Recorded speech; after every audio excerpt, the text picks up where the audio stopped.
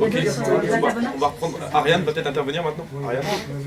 Pour parler de résistance, moi je rebondis justement sur le quartier de la Goutte d'Or qui a résisté vraiment super, vraiment étonnamment bien, parce que c'était quand même un quartier qui était rasé, qui était voué vraiment à une déportation massive des gens du 18e et qui a résisté sur un mode communautaire.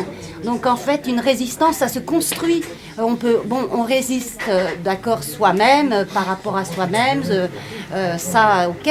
Mais pour une résistance telle qu'on l'imagine, par rapport à l'art, par rapport à la culture, il faut qu'on soit plusieurs, il faut qu'on soit groupés, il faut qu'on ait plusieurs ouvertures. Et en fait, moi, pour parler du quartier de la Goutte d'Or, au niveau de l'Ego, enfin je ne sais pas si quelqu'un connaît Ego, je veux dire, le quartier de la Goutte d'Or, Ego, c'est Espoir Goutte d'Or, c'est donc petit à petit, dans les années 80, il s'est avéré que des gamins étaient de plus en plus toxicos et les flics arrivaient, les cafés étaient carrément voués à une destruction massive. Enfin bon, il n'y avait plus rien, quoi.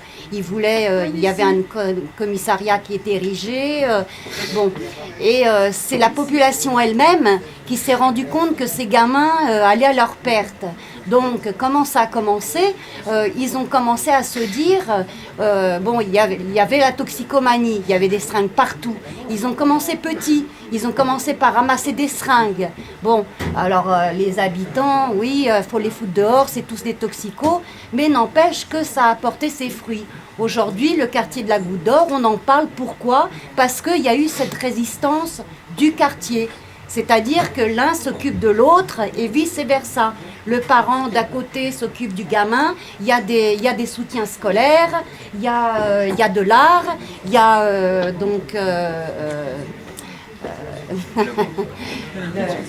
le lavoir. Enfin bon, mais voilà quoi, s'il n'y avait pas eu ça, si c'était pas pris en main, il n'y aurait rien eu du tout. On n'aurait pas pu parler. C'est une association. Oui, non, mais c'est une parmi des associations. Mais enfin, je veux dire, c'est les gens du quartier qui ont décidé de prendre leur avenir en main. Voilà. Et c'était le voisin d'à côté qui voulait saquer tous les petits toxicos qui devenaient délinquants et qui se sont dit, peut-être que si on leur offrait un petit soutien scolaire, s'il y avait peut-être un match de foot par-ci, si on pouvait leur offrir ça, si on pouvait faire ci. Et petit à petit, le 18e, la Goutte d'Or, parce que maintenant on en parle et c'est sur un système communautaire comme au Canada, c'est super. Et je pense qu'on devrait tous un peu s'interroger sur la résistance communautaire. Parce que bon, individuellement, c'est sûr qu'on résiste tous. Et on n'a pas le choix, je pense. Hein. Mais bon, de là à passer au mode communautaire, ça c'est autre chose.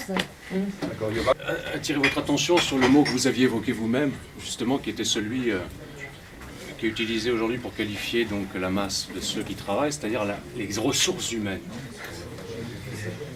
Je ne connais pas un terme qui, à ce point, aujourd'hui, peut qualifier l'humain de la façon la plus ignominieuse qu'il le fait. Même dans les périodes où, soi-disant, la barbarie a gouverné les gouvernements humains, je pense aux périodes d'esclavage, on n'a jamais réduit l'humain à être une ressource. À ma connaissance, non. Chez les Grecs, c'était des humains mis en esclavage, c'était des esclaves. Ils avaient encore, on leur reconnaissait encore la qualité d'être humain. Or, aujourd'hui, si on parle de ressources humaines, j'imagine que ceux dans les départements d'entreprise qui ont transformé les directions du personnel en département des ressources humaines n'ont pas forcément médité tellement cette question. Voilà où on en est. Avant, il y avait les travailleurs, il y avait les ouvriers. Il y a eu les ouvriers, après il y a eu les travailleurs, on a les salariés, et puis maintenant on a une espèce de dévaluation encore plus abusive, qui est la ressource humaine. Ressources humaines au même titre que les ressources financières, au même titre que les ressources économiques. Alors moi je pose une question, et vu que nous avions eu la chance avec les périphériques de participer à Porto Alegre, c'est une sorte de réflexion que je livre par rapport à la signification que ça peut avoir ça. Il y a deux choses aujourd'hui. C'est-à-dire que soit la tentation est grande de penser que face à cette globalisation économique qui produit ce qu'elle produit, et sur laquelle tout le monde ici est plus ou moins renseigné en termes d'inégalité sociale. Il y a des gens, et je pense beaucoup de gens pour dire qu'il faudrait essayer de trouver quelques petits aménagements sociaux pour contenir la masse des laissés pour compte, la masse des précarisés, la masse des esclaves qui sont résignés à accepter leurs conditions. Et ça, c'est le discours le plus souvent que est prêt à accepter le médiatique. Parce que ce qui a transpiré de Porto Alegre, c'est en quelque sorte, voilà, tout le monde ne s'y retrouve pas dans la mondialisation, il y a des laissés pour compte, il faudrait pouvoir les réintégrer quelque part dans les circuits de l'emploi et de la consommation. Pour notre part, au niveau des périphes, c'est pas notre position. La position qu'on soutient, c'est que si on est contre la globalisation économique actuelle, c'est parce qu'on est contre le système de production et de consommation de masse actuel, et on est contre la condition salariale en voie de planétarisation. Alors par exemple, il y a quelque chose dans ce que vous disiez qui m'interpelle. C'est par rapport, souvent, moi je ne parle pas au nom des jeunes, ni au nom de... Je parle en mon nom. Je parle au nom du vécu que j'ai eu. Je parle au nom du choix de vie que j'ai fait, parce que si j'avais voulu gagner de l'argent, il a fallu quand même que je m'y prenne autrement. Parce que si c'était agi de gagner de l'argent, on est de parfaits imbéciles. Par contre, il y a une chose que j'ai constatée, c'est que dès lors qu'il y a un mouvement social, dès lors qu'il y a une révolte sociale, dès lors qu'il y a un cri, quelque chose qui est réductible à la récupération politique, on essaye de contenir ça, on essaye de polisser ça, on essaye de faire en sorte que ça soit acceptable pour le médiatique. Et la solution, bien évidemment, c'est l'humanitaire. Alors dans les banlieues, ça donne ça. Ah, comment on va pouvoir occuper ces jeunes? Comment on va pouvoir occuper les populations qui ont été exclues du système de production? C'est là, à mon sens, que le jugement est faussé. Occuper à quoi? Occuper dans des espaces vides? Occuper comme c'est la mission, justement, dûment remplie par l'art aujourd'hui, c'est-à-dire, on va donner du bonheur aux gens, on va leur donner... Ils vont pouvoir s'évader. Et s'évader de quoi? C'est un gros problème. Et pour finir, moi je donnerai une petite définition, on a parlé de l'art, et je trouve qu'au moins si les Grecs ont inventé, ou en tout cas ont inventé l'esclavage, ils ont inventé autre chose, avec la poésie. Si vous prenez par exemple au niveau de l'étymologie, la poésie c'est quoi à l'origine? La poésie c'est la poésie, c'est le travail, c'est le travail de création. J'aime pas ce mot-là, création, il faut en utiliser un autre, parce que création, tu mets vraiment le grand C, machin truc, le monsieur qui parle de création, attention, le créateur. Je parle de création, c'est-à-dire le type qui fabrique quelque chose et qui peut revendiquer le produit de son travail, qui peut le dire, ça c'est ce que je fais. C'est comme il y a des vignerons en face qui vendent leur vin ici au Baratin. Et ils font des vins extraordinaires, c'est pas les vins techniques, c'est pas les vins marketing, c'est autre chose. Et entre la personnalité du vigneron et le vin qu'ils font, il y a une osmose parfaite. Et par exemple, si moi je veux parler d'art, c'est au sens de ça. Pour moi, l'art, c'est une manière de travailler. C'est pas un secteur de la production culturelle, c'est pas l'économie, l'art, la culture, les bacs à sable, les stations balnéaires, et puis ensuite, non. L'art, c'est une manière d'être soi-même à travers ce que l'on fait. Et je pense que si on peut parler de culture, si on peut parler d'art, il faut en rester à cette définition. Moi, je ne parle pas en tant qu'artiste, j'ai toujours eu horreur de ça. Ni en tant qu'acteur de théâtre ou de danseur, parce que si on me dit « fais de la danse », je dis « fais de la danse ». Bon, moi je fais de la danse, il y en a d'autres qui fabriquent des brosses à dents, il y en a maintenant. L'art engagé, c'est pareil. Quel art n'est pas engagé? Michel Sardou, c'est le plus grand des militants, on le sait très bien. Donc, je veux dire, il faut essayer de voir un peu, d'essayer de trouver, pour pas justement être dans des revendications catégorielles ou à chaque fois enfermer les problèmes, il faut essayer de trouver justement la manière de se dire « mais qu'est-ce que c'est aujourd'hui une résistance? Une résistance qui implique tout le monde. Et une résistance qui ne se borne pas simplement à trouver quelques aménagements, des mesures d'harmonisation sociale pour essayer effectivement de sauver les pauvres du système. C'est une mise en cause radicale du système. Mais cette mise en cause radicale, à mon avis, elle ne peut pas être portée par des partis, ni par des syndicats, c'est impossible. Hein. L'abolition du travail salarié, ça c'est... Depuis ça fait 15-50 ans que c'est abandonné par la CGT, maintenant c'est essayer de, en quelque sorte de fortifier du côté des travailleurs la structuration du travail salarié. C'est des petits groupes, c'est des initiatives, c'est des pratiques nouvelles au niveau qui sont en mesure de devenir suffisamment singulières pour justement créer de l'émulation autour de ça.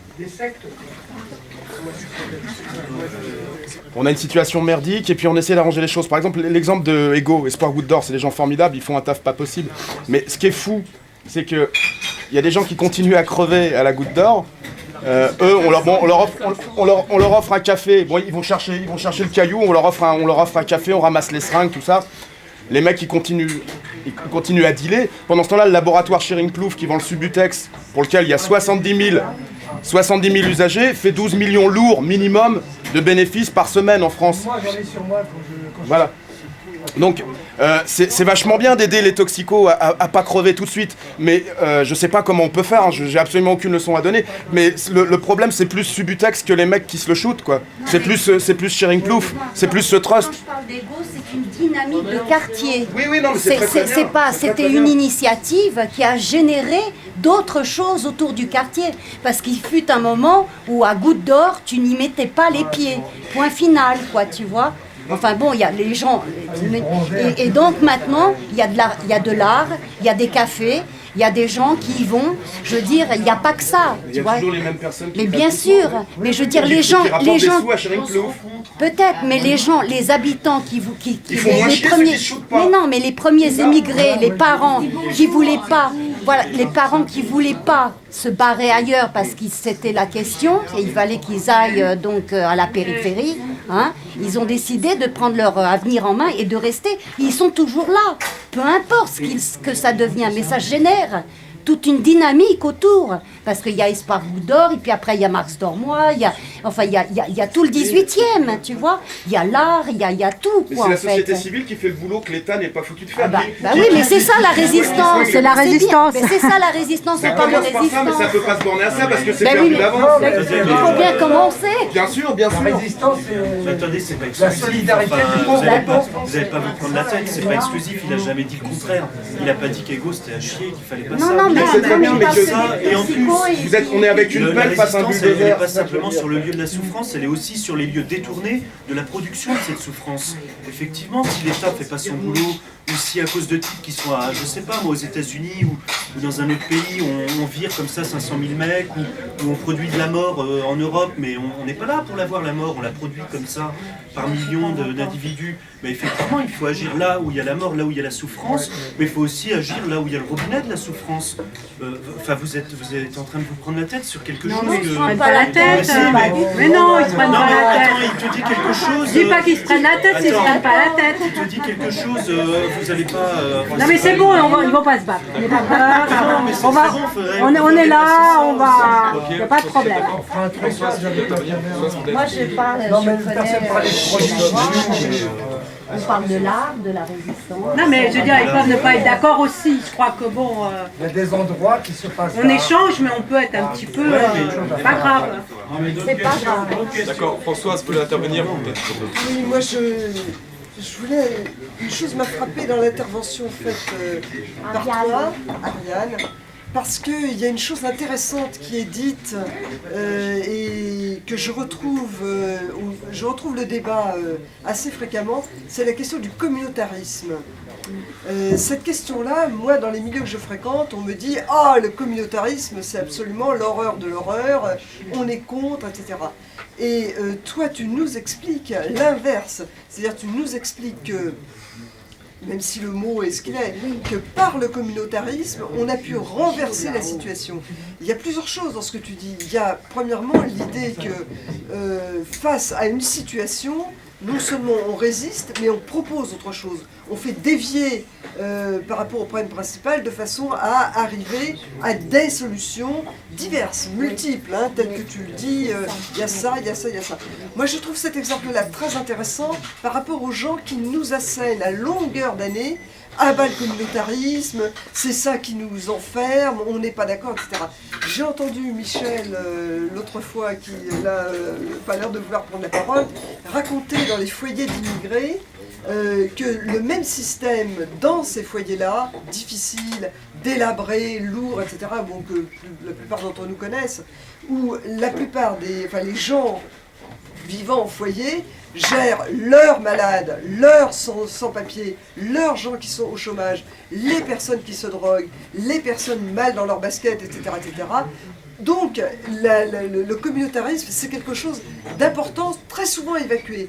Vous pouvez aller dans tout un tas d'endroits. C'est un débat qui est pratiquement interdit de parole. Oui, voilà. Hein, je ne sais pas si vous l'avez déjà... Moi, ça m'a beaucoup frappé et beaucoup fait plaisir que tu ressortes ça. Moi, j'y rajouterais quelque chose quand même, c'est que quand on parle du communautarisme, il ne faut pas oublier que si nous nous battons ou nous nous reconnaissons dans le communautarisme, c'est parce que nous avons des valeurs d'égalité, d'universel, de liberté, etc. Qu'on n'est pas en soi parce que sans quoi on pourrait dire on est pour le totalitarisme. C'est-à-dire que ce serait à peu près la même chose si on n'était pas assis sur les valeurs sur lesquelles on se bat. Enfin, je voulais souligner ça parce que ça m'a énormément frappé, cette manière très concrète que tu as eue d'expliquer quelque chose finalement de très mal accepté en général dans les débats. Hein. C'est dommage. C'est dommage. Ce qui marche en ce moment, non mais et c'est c'est ce qu'il intéressant faudrait qu'on soit ici. Moi ça m'a beaucoup intéressé. Je voudrais gratter à l'endroit où ça gratte quand même. Ouais. C'est-à-dire que le débat sur le communautarisme, il y a quand même derrière ce problème, et quand on va par exemple du côté du Canada, on trouve aussi cette interrogation, c'est celle qui fait qu'il y a une différence quand même entre la lutte collective et la lutte communautaire. La lutte communautaire, c'est sur quels critères les gens vont se retrouver associés. On ne peut pas laisser de côté, parce qu'il y a quand même toujours quelque chose qui dérange, on ne peut pas laisser de côté le fait que d'une part, et pour certains ça peut être très bien, le désengagement de l'État sur ce qui était le social, mais en même temps donc faire gérer cette espèce d'autogestion du pauvre par lui-même, sa propre misère, par ce genre de communauté, et en même temps avec tout ce qui arrive derrière, c'est-à-dire sur les 40-50 dernières années, ce qui a réussi à se mettre en place, c'est la restauration, je veux dire impériale, du religieux, quelle que soit la religion, dans ce genre de circuit dans lequel souvent on se retrouve quand même avec des gens qui ont une problématique qui n'est pas là non plus la nôtre. Et par exemple, lorsqu'on prend le problème des sans-papiers, si sur le problème des sans-papiers, on peut toujours, moi je fais partie des gens qui considèrent que quelque part, il y en a ça claque, des histoires où on est toujours à Saint-Bernard, ou à Saint-Ceci, ou à Saint-Cela, parce qu'il y a quand même la manière dont systématiquement, pour pas cher, la religion se restaure quand même dans le social. Et lorsqu'on va, alors bien sûr, c'est des lieux, bien sûr, mais je veux dire, il y a quand même toujours cette histoire régalienne d'un côté, du côté de l'État, etc. Et de l'autre côté, il y a quand même toujours cette manière dont les curés, quels qu'ils soient, islamistes, chrétiens ou juifs, ou tout ce qu'on veut, réussissent à re-rentrer dans des luttes et dans lesquelles ils remettent de l'asservissement. Et c'est cette aversive. Bon, je veux dire, en réalité, c'est vrai que c'est très bien que les gens arrêtent de se piquer, c'est très bien qu'il y a une prise en charge collective. Mais c'est vachement pas bien lorsque, en même temps, ces gens-là se remettent de la piqûre cérébrale dans la tête, dans laquelle ils te remettent du Dieu, des saints et des manières de fonctionner qui sont des manières toujours où l'homme est en dessous de ce qu'il pourrait être. Et c'est vrai que si on reprend les histoires de mots, lorsqu'on parle de résistance, il y a quand même toujours cette notion de réseau. Réseau, association, résistance, réseau et réexistence. Et c'est vrai que lorsqu'on dit, ou lorsque je disais quelqu'un tout à l'heure, il faut essayer de s'emparer de sa vie, de son existence, c'est pas tellement que ça, c'est l'inventer avec les autres. Donc la résistance pose aussi l'autre problème, là, qui a été un petit peu, par la copine qui était derrière là tout à l'heure, posé, c'est celui action, là, c'est toujours le problème aussi de la violence. On ne peut pas laisser de côté que dans le pays dans lequel on fonctionne ici, la violence de l'État, elle est quand même, elle sort qu'à certains moments. Elle sort dans les moments où on peut devenir quelque chose de spectaculaire et de contaminant. Et dès qu'on commence à être contaminant, là les flics sont là. Quand on prend Nice, la manière dont ça s'est passé là-bas, bon, d'une part on voit que le truc Starbé que le maire de là-bas avait dans la tête lorsqu'il a créé sa grande coulée de béton, il y avait quand même quelque chose de génial, c'est-à-dire qu'il a mis une dalle quand même qui fait une gigantesque avenue, que lorsqu'on met des flics de chaque côté, plus personne ne peut rentrer dans le périmètre en question. Donc il y avait quand même ça qu'on a vu sur place. Et le deuxième truc quand même, c'est que s'il y a des petits endroits où vous voyez qu'il y avait des flics qui étaient des flics républicains, c'est-à-dire des grands, des petits, des moyens, des gros, des tout ce qu'on veut, les gars qu'on avait quand même dans la gueule, c'était des gigantesques bonhommes, c'est-à-dire l'équivalent des chevaliers teutoniques.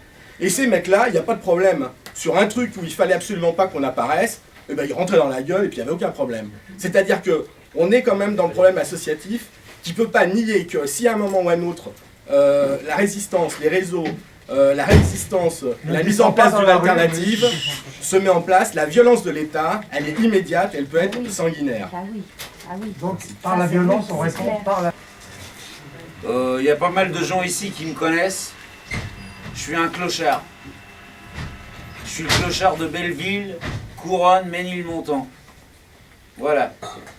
J'ai 41 ans, c'est net et clair. J'ai vécu dans toutes les rues de Belleville avec un carton et un duvet. Alors j'aimerais maintenant qu'on me parle, qu'est-ce que ça veut dire la résistance?